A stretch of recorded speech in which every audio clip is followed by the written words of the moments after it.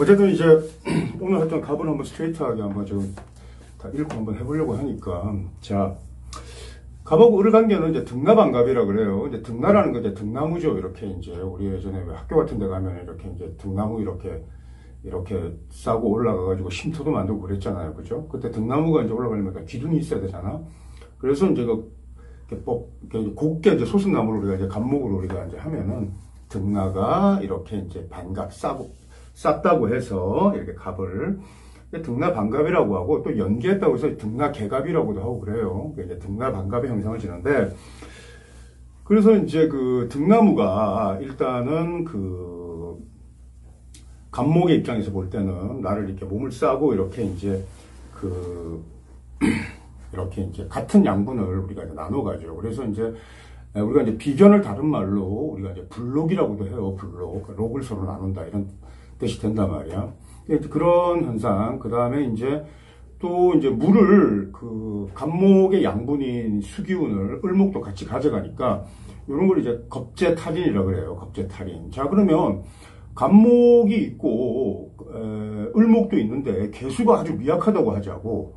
그러면 그 수기운이 다 뺏겼잖아. 그러면 그 사람의 어떤 모친의 기운이 굉장히 약하다라고 우리가 일단 인식할 수 있고, 또 두 번째 뭐 수기운이 거의 이렇게 팔자에 이렇게 이제 수기운이 아예 없는 것보다 수기운이 아주 미약하게 있으면서 그것이 형충으로 이렇게 이제 손상돼 있으면, 예를 들어서 뭐 갑목일주에 뭐 예를 들어서 뭐 갑자일주가 있다고 치고 팔자 전체에서는 전혀 수기운이라고는 자수밖에 없는데 뭐 오시에 났다. 이렇게 되면 아주 미약한 수기 하나가 이렇게 피상된 거란 말이야. 이런 것들이 가장 안 좋은 거예요. 그래서 수기가, 미약한 수기가 이렇게 이제 고갈돼 버리면 그런 걸 이제 고명이라고 하는 거예요. 마를 고자를 써서. 이런 경우가 이제 여자들이 일단 임신도 잘 안 되고 이제 마를 고명이 돼가지고 이제 수기운이 좀 많아요. 우리가 이제 다산계에 들어가는데 이런 경우에 좀 문제가 있을 수 있지. 그래서 일단은 을목이 같이 투하면 우리는 그러니까 이제 뭐 팔자설종적 고수들은 우선 이제 개수의 동태나 수의 동태를 일단 먼저 살핀다고, 이렇게 먼저 살피는 그런 경향이 있어요. 그래서 야, 너 뭐 공부 학업적 성취를 못 거두겠다든지 뭐 모친이 좀 무력하니까 어머님 건강이 좀 뭐 하다든지 이러는데, 이 친구가 아니 전혀 뭐 어머님도 건재하고 자기는 뭐 공부도 남들 할 만큼 했다, 이렇게 이제 얘기하는 좀 얄미운 경우들이 있는데, 그런 경우에는 그냥 신장이나 부신계통이 반드시 안 좋아. 그래서 건강이 안 좋아. 벌써 얼굴이 좀 이렇게 부어있는 그런 상황들이 나타나고 그래요. 그래서 하여튼 수에 이제 좀 문제가 있고, 근데 이제 수기운이 이렇게 뭐 통근에서 뿌리를 내리고 건전하게 투했다든지 이러면 이제 그 수를 또 논할 필요가 없는 거지. 예를 들어서. 그래서 이제 그런 경우 한번 살피는 거예요. 그래서 이제 겁재탈인에서 마뜩찮을 수밖에 없는데, 대신에 그 갑목이 그러면 꼭 그 을목에 의해서 피해만 입냐? 그렇지 않고 등나무가 감싸면 갑목도 굉장히 튼튼하게 뿌리를 내리고 이렇게 뿌리를 내릴 수 있죠. 그래서 이제 등나반갑하고라고 해서 갑이 있고 을목이 있으면서 토에다가 뿌리를 단단히 내려놓으면 이게 안 꺾여. 하고, 그러니까 밑이 아주 견고하게 고정됐다 이 뜻이야. 그래서 등나반갑 하고명이다 이러면은 재산이 있어요. 부자입니다. 그래서 자, 겁재가 투했어. 자, 그 다음에 토에 재신이 있어. 재신의 뿌리를 잘 내렸어. 이렇게 되면 보통 이제 예를 들어서 진월갑목이다 이러면서 제격이죠. 여기서 이제 을목이 투했어요. 그러면은 겁재가 투하면서 제격을 놓으면 이걸 혼탈재신이라고 해가지고, 혼탈재신이 이제 어떤 이제 뭐 군겁쟁제 이런 건 아니잖아. 왜냐하면 토가 투한 상태에서 을목이 투하면 군겁쟁제를 논할 수 있지만, 재월, 토월이면서 그냥 을목만 투하면은 군겁쟁제는 말을 쓰지 않고 혼탈재신이라고 그래요. 혼탈재신. 이런 혼탈재신의 형국들의 명이 기본적으로 경쟁력이 있어요. 이 사람들이 어떤 뭐 아주 이렇게 영리하고 사람들한테 아주 귀엽게 굴고 인정받는 그런 사람들이 많습니다. 근데 이제 혼탈재신은 혼탈재신을 가지고 한 번 정도는 문제를 일으킬 수 있지. 왜냐하면 팔자 천간에서 비거분이 올 때가 있잖아. 예를 들어서 그거는 뭐 세운이든 대운이든 마찬가지인데, 대운에서 예를 들어서 무기토가 투했단 말이야. 그러면은 그때 군겁쟁제운이 일단 되는 거예요. 그래서 군겁쟁제라는 것은 한 번 정도 우리가 이제 뭐 구사일상을 면하지 못할 정도라고 해서 아주 심하게 이제 군급쟁제를 논하는데, 그 군급쟁제가 가져오는 여러 가지 이제 현상들이 있지. 일단은 우선 재신이 타격을 받으니까 뭐 아버지 육친에 문제가 생길 수도 있고, 또 재정적으로 또 파산의 기운이 어릴 수도 있고, 하여튼 이런 이제 문제들을 일으킬 수 있는 가능성을 갖고 있어요. 그러나 어쨌든 팔자 원국 전체는 등납안갑하고에 굉장히 그 튼튼한 그런 명식을 지었기 때문에, 예를 들어서 토월생 제격의 간목일주가 을목이 투했다 이러면은 일단 무조건 그냥 부자로 일단 보는 거예요. 그래서 그렇게 되고,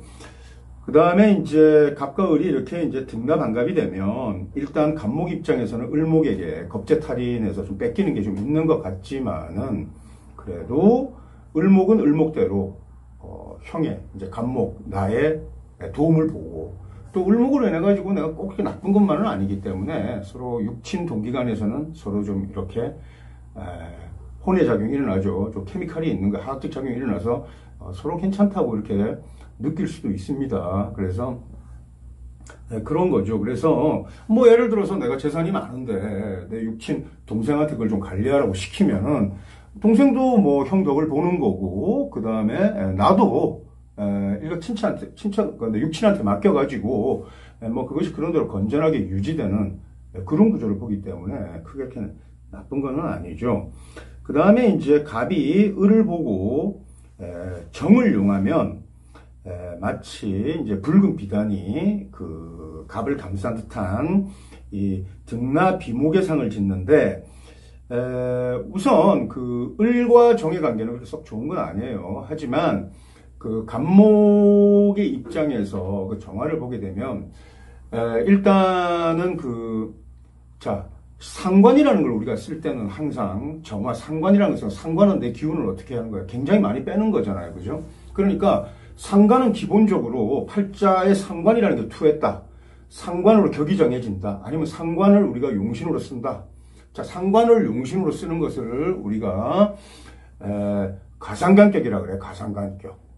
상관을 용신으로 쓰면. 상관으로 격이 정해지면 우리가 이제 진상관이라고 하고, 진상관이면 보통 우리가 신약명이기 때문에 인비를 쓰겠죠. 그런 게 이제 진상관격의 전형인데, 진상관이면서도 전체적으로 신강하거나 신왕해서 상관을 쓰는 경우도 있어요. 이런 것은 이제 진상관이 가상관이 됐다고 하는 거야. 좀 어렵죠. 그 다음에 상관을 용신으로 쓰는 거는 그냥 가상관이라고 우리가 얘기해요. 자, 그런데 어쨌든 간목일주가 정화를 보고 그 다음에 상관을 쓰면은 여기에는 좋은 점도 있고 나쁜 점도 있는데, 우선은 상관을 쓴다라는 것 자체는 반드시 이론이 힘이 있어야 돼. 그러니까 신왕한 명식에 상관이 투하던가 아니면은 겁재가 투에 있어줘야 상관을 쓸 수 있는 거예요. 상관이라는 건 그냥 쓰는 게 아니야. 그러니까 예를 들어서 선생도 임수일간이 있는데 을목 상관이 있어가지고 내가 뭐 이렇게 쓴다고 하면은 기본적으로 임수가 왕해야 돼. 그러지 않으면, 그러니까 선생님이 뭐 이렇게 앉아가지고 뭐 카메라에 아무도 없어도 10시간에 20시간 이상 떠들 수 있는 거 에너지가 있는 거예요. 근데 상관이 있는데 이론이 신앙하지가 않아. 그러면 그 상관은 내 힘을 너무 많이 소모시켜서 굉장히 불리하게 만드는 거란 말이야. 상관이 어떤 거냐면 이런 거야. 예를 들어서. 자, 내가 나의 온 그 몸의 진력을 다 해가지고 내가 녹이 아주 그냥 사나운 기운을 뿜어냈다고 칩시다. 그러면 상대는 그다음부터 저를 상대 안 합니다. 그러니까 그냥 고립될 수밖에 없고, 그 다음에 내가 열정적으로 설교를 하거나 설파를 해가지고 그 사람한테 감업이 되어서 따라오는 경우도 있잖아. 리더십으로 작용하는 경우도 있을 거 아니야. 그지? 그렇게 열정적으로 하고 이렇게 하려면 그 상관이라는 것이 내가 혼신의 힘을 다해서 써야 되는데, 내가 그럴만한 뭐 에너지체가 있어야 되잖아. 그러니까 신앙해야 돼. 신앙하지 않으면 반드시 겁재가 투에 있어줘야 돼. 겁재라는 성분이 있어야 내가 상관을 써도 내가 에너지가 일단 있는 거란 말이야. 그래가지고 우리가 범인들은 생각하기 어려운, 한때 진짜 이 사람이 진짜 마치 신과 같이 그렇게 자기 온 혼신의 힘을 다 소모해가지고 이루어내는 게 있는 경우가 보통 이렇게 이제 이런 걸 이제 인보상관이라 그래요. 인보상관. 자, 인보상관이라는 것은 우리가 이제 겁재를 인이라고 우리가 하고, 그러니까 보통 이제 양간에 해당되는 거지. 우리가 이제 양인이라는 게. 그래서 이제 간목일주가 을을 보고 정화를 봤다든지, 또 임수일주가 을목을 봤는데 개수가 있다든지, 또 경금이 뭐 개수를 받는데 신금이 같이 있다든지 이제 이런 식에서 우리가 이제 인보상관을 논하거든. 그럼 인보상관이라는 게, 자, 우리가 사용신, 사길신이 있잖아. 전통적으로 우리가 이제 겁재라는 성분은 일단 그 사람의 겁재가 딱 투에 있어, 명식에. 그러면 뭐 복잡하게 생각하지 말자고, 팔자에 일단 겁재가 딱 투에 있으면 이 사람의 인생의 운기가 좀 파행적인 사람이야. 그러니까 남의 것을 뺏어가지고 자기가 잘 될 때도 있고, 뭐 뺏는다라는 게 꼭 뭐 이렇게 뭐 무력을 동원하고 있는 게 아니라 우리 경제행위에서 좀 제로섬 게임 같은 거잖아요. 주식을 내서 내가 돈을 좀 땄어. 그 다음에 노름을 내서 돈을 땄어. 그럼 남의 돈을 뺏은 거하고 비슷한 거야. 그게 겁재 같은 성분이라고. 그래서 한순간에 내가 큰 부자가 될 수도 있고, 대신에 이제 운이 불리하면 그 도박을 하는 사람들 이제 오링이라고 그러지. 내가 다 뺏기고 빚까지 져 있는 그런 상황이란 말이야. 예를 들어서. 그러니까 그 사람이 운기가 파행적일 수밖에 없는 거지.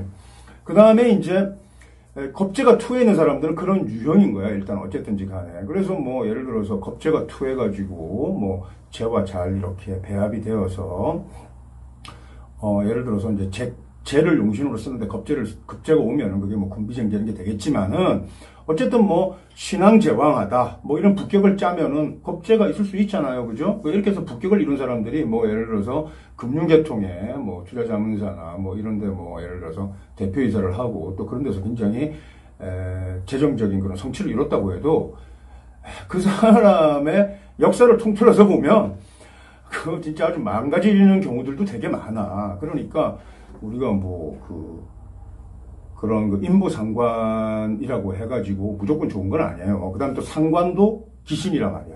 그러니까 내 힘도 다 소모하고 재산도 다 날라가고 이렇게 아주 힘든 상황, 그러니까 보통 사람들이 감당하기 어려운 상황에 이렇게 있는 거거든. 예를 들어서.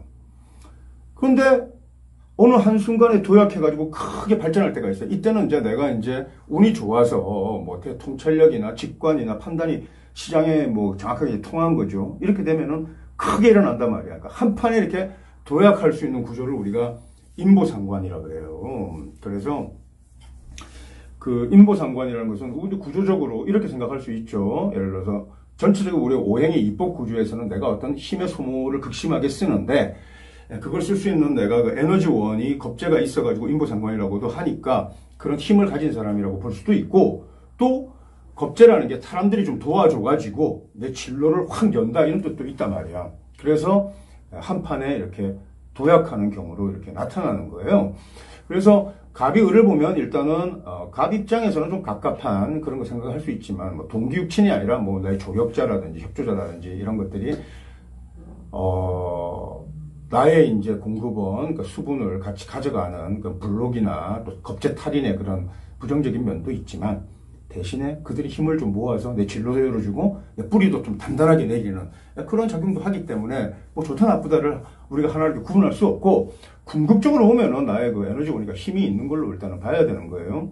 그래서 갑을을 보면 일단 등납안갑이고 형제 우애도 있고 또 내 동기육친이 나를 더 좋아하겠지. 그런 것도 있고, 그 다음에 나의 이제 우군이 되기도 하는 거예요. 재산을 지키는. 그래서 등납안갑 하고까지 아래아자의 경괄 고자야, 고정할 때. 그래서 등납안갑 하고까지 이렇게 되면 굉장히 좋은 거고, 그래서 인보상관은 한 판에 크게 도약해서 또 한 판에 크게 도약한다는 것은 너무 크게 도약을 해가지고 그 다음에 계속 좀 부러져도 기본은 유지할 수 있을 정도로 이렇게 성공한다는 뜻이기 때문에, 그래서 내가 이렇게 뭐 우리 시행사업 같은 거 이런 거 이제 어려운데 시행사업 해가지고 돈 벌었던 사람들 못 봤는데 크게 돈 한 번씩 버는 사람들이 있는데 그게 이런 인보상관 유형에서 이렇게 한 번씩 이렇게 보여지는 거예요. 그러나 이제 단순히 겁재하고 상관하고만 있어가지고 인보상관으로 할 게 아니라 그게 이제 상관이 다시 생지하는 재가 있었거나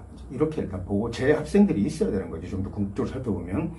그 다음에 한편 그 을이 이제 경을 보아서 합화가 되면 이것은 칼의 이제 물상으로 변해서 갑을 공격하는 이제 위협적 요인이 되기도 하는데, 을은 이제 경금하고 합거하죠. 근데 이제 갑목이 가장 취약한 거는 뭐 쌍목 1임이나 삼목 2, 3이 아닌 경우에는 경금은 두려운 존재란 말이야.